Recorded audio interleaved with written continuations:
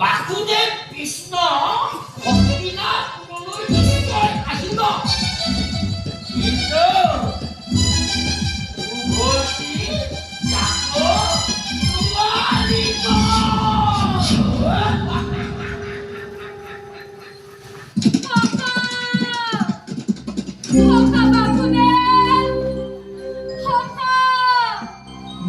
আপুনি মোৰ সিদ্ধান্ত অবিহনে হস্তিনাপুৰলৈ যাব নোৱাৰে।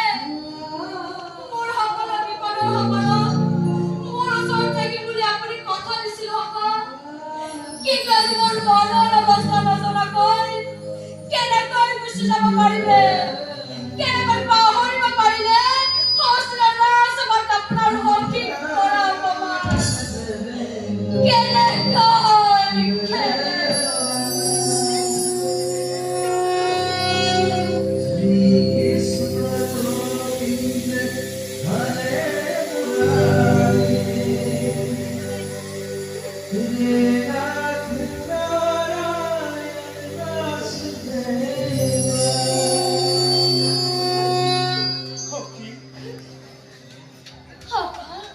তোমাৰ সিদ্ধান্ত অবিহনে মই কেনেকৈ যাব পাৰো সখী?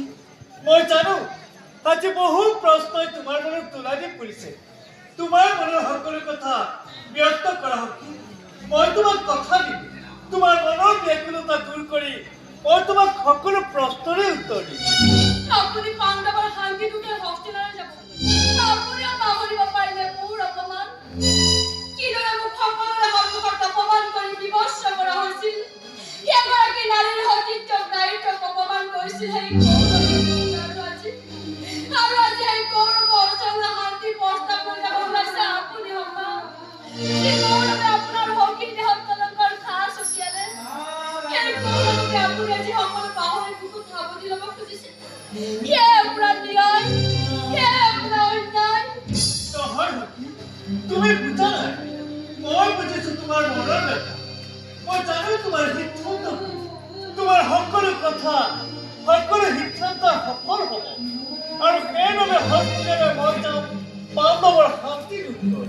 মই আপোনাৰ কথা মই এইবাবেই যাম যে কৌৰৱৰ কোনেও যাতে আউৰি তই ক'ব নোৱাৰে পাণ্ডৱৰ শান্তিৰ প্ৰস্তাৱ গ্ৰহণ নকৰি যুদ্ধ ঘোষণা কৰিছে। মই আপোনাৰ ওপৰত সন্তুষ্ট নহয় সখী সখা